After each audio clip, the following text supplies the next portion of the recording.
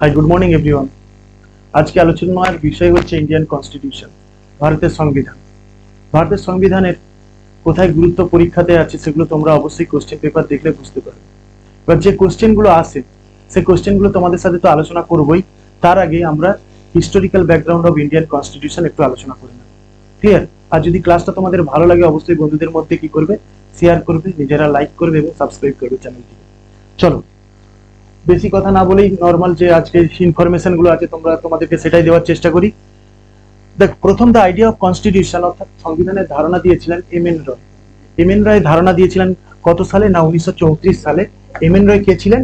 না এমএন রয় ছিলেন কমিউনিস্ট আন্দোলনের নেতা। তারপরের পয়েন্ট দেখো, সংবিধান রচনা করেছিলেন সংবিধান সভা অর্থাৎ কনস্টিটিউয়েন্ট অ্যাসেম্বলি। এই কনস্টিটিউয়েন্ট অ্যাসেম্বলি আবার তৈরি করেছিল কারা? না ক্যাবিনেট মিশন প্ল্যান, যেটা এসেছিল 1946 সালে। বুঝতে পারলে? এইবার দেখো সংবিধান যে সভা গঠন হয়েছিল তাতে কারা ছিল সেটা নিয়ে একটু আলোচনা করে নেব তোমাদের সাথে, কারণ এগুলো আসে পরীক্ষাতে। কিরকম পরীক্ষাতে আসে? যে সংবিধান সভা যখন গঠন হয়েছিল তার টোটাল মেম্বার কতজন ছিল। ক্লিয়ার? এবার কতজন টোটাল মেম্বার ওটা যেমন আলোচনা করব তেমন আলোচনা আমরা করব কি প্রভিন্সিয়াল লেজিসলেটিভ অ্যাসেম্বলি থেকে কতজন ছিল, প্রিন্সলি স্টেট থেকে কতজন ছিল, এবং ব্রিটিশ আজমির, বালুচিস্তান এবং কর্গ থেকে 4 জনকে নির্বাচন করা হয়েছিল বা 4 জন প্রতিনিধিকে নেওয়া হয়েছিল, সেটাও আমরা আলোচনা করব। ক্লিয়ার? দেখো তাহলে আমাদের প্রভিন্সিয়াল লেজিসলেটিভ অ্যাসেম্বলি প্রাদেশিক আইনসভা অর্থাৎ সেই সময় কংগ্রেসরা যেসব প্রদেশে ছিল সেই প্রদেশ থেকে নির্বাচিত সদস্য সংখ্যা নেওয়া হয়েছিল 292 জন, এবং প্রিন্সলি স্টেট 93 জন, এবং দিল্লি, আজমির, কর্গ, বালুচিস্তান থেকে নেওয়া হয়েছিল 4 জনকে, অর্থাৎ প্রত্যেকটা জায়গা থেকে একজন করে প্রতিনিধি নেওয়া হয়েছিল। এবার তোমাদের একটা কোশ্চেন আসতে পারে, প্রিন্সলি স্টেট কাকে বলে? যে রাজাদের অধীনে থাকা রাজ্যগুলোকে প্রিন্সলি স্টেট বলে। এইবার ভারতবর্ষ যখন স্বাধীনতা হয়েছিল তখন স্বাধীনতার পরবর্তীকালে আমাদের 562টি প্রিন্সলি স্টেট থেকে গিয়েছে। সেই প্রিন্সলি স্টেট থেকে তোমার 93 জনকে মনোনীত করা হয়েছিল। মনোনীত আর নির্বাচিতের মধ্যে অবশ্যই তোমরা পার্থক্যটা বোঝো। তারপরে দেখো তারপরের পয়েন্ট যেটা ইম্পর্টেন্ট,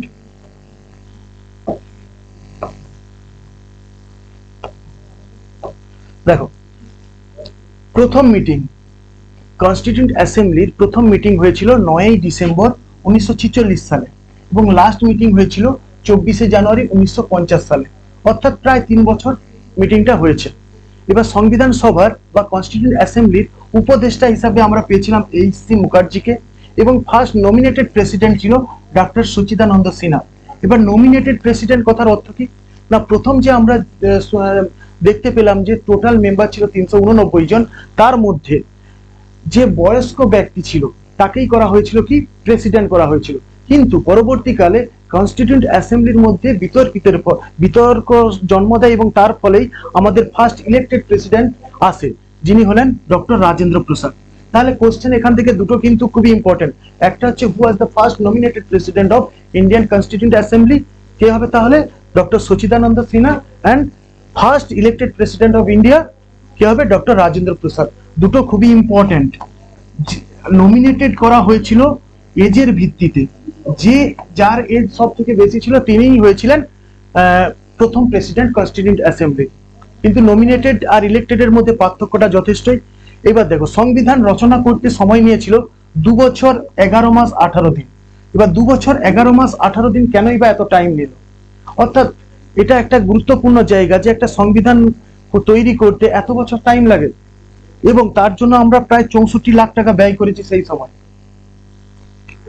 এর কারণটা মেনলি ভারতীয় সংবিধান কে বলা হয় ধার করা সংবিধান। ধার করা সংবিধান কথার অর্থ কি? না ভারতীয় প্রতিনিধিরা বিভিন্ন দেশে যায় এবং সেখানকার সংবিধান বই পড়ে তারা যেসব ভালো গুণগুলো পেয়েছে বা ভালো বৈশিষ্ট্যগুলো পেয়েছে সেইগুলোকে ভারতের সংবিধানে নিয়ে আসে। এই যে 2 বছর 11 মাস 18 দিন এই কারণে ওখানে ব্যয় হয়েছিল, এবং 64 লাখ টাকাও সেই সময় খরচা হয়েছিল। বুঝতে পারলে কি বললাম? তারপর দেখো সংবিধান গৃহীত হয়েছিল 26শে নভেম্বর 1949 সালে এবং কার্যকারী হয়েছিল 26শে জানুয়ারি 1950 সালে। আচ্ছা এখানে একটা তোমাদের কোশ্চেন আসতেই পারে যে 26শে নভেম্বর 1949 সালে যদি আমার গৃহীত হয়ে যায়, কার্যকারী করতে আরো তোমার 2 মাস 3 মাস টাইম লাগলো কেন না? এখানে একটাই ছিল যে আমরা স্বাধীন ভারতের পতাকা উত্তোলন করেছিলাম, যেটা আমরা স্বঘোষিত স্বাধীন আমরা নিজেদেরকে ভেবেছিলাম। কত সালে না 26শে জানুয়ারি 1930 সালে। ক্লিয়ার? এই জন্য সেই 26শে জানুয়ারিটাকে স্মরণ করার জন্য 26শে নভেম্বর থেকে ডিলে করা হলো, কার্যকারী করা হলো 26শে জানুয়ারি। ক্লিয়ার? এবং এই 26শে জানুয়ারি আমাদের কাছে কি দিবস হিসাবে পরিচিত? আমরা জানি কি প্রজাতন্ত্র দিবস হিসাবে পরিচিত। রিপাবলিক ডে অফ ইন্ডিয়া বলা হয় 26শে জানুয়ারি ওই ডেটটাকে। আমরা একটা হিস্টোরিক্যাল ব্যাকগ্রাউন্ড একটা সংক্ষিপ্ত একটা দেখে নিলাম। এইবার সংবিধান সবার মধ্যে কি রয়েছে? সংবিধানের মধ্যে রয়েছে যে সংবিধান যে বইটা আমাদেরকে দিয়েছে ভারত সরকার, তাতে কি কি আছে দেখো। সংবিধানের 4টি অংশ। একটা প্রিয়াম্বেল বা প্রস্তাবনা, অর্থাৎ সংবিধান বইয়ের প্রথমে যেটা লেখা থাকে সেটাকে বলা হয় প্রস্তাবনা বা প্রিয়াম্বেল। ক্লিয়ার?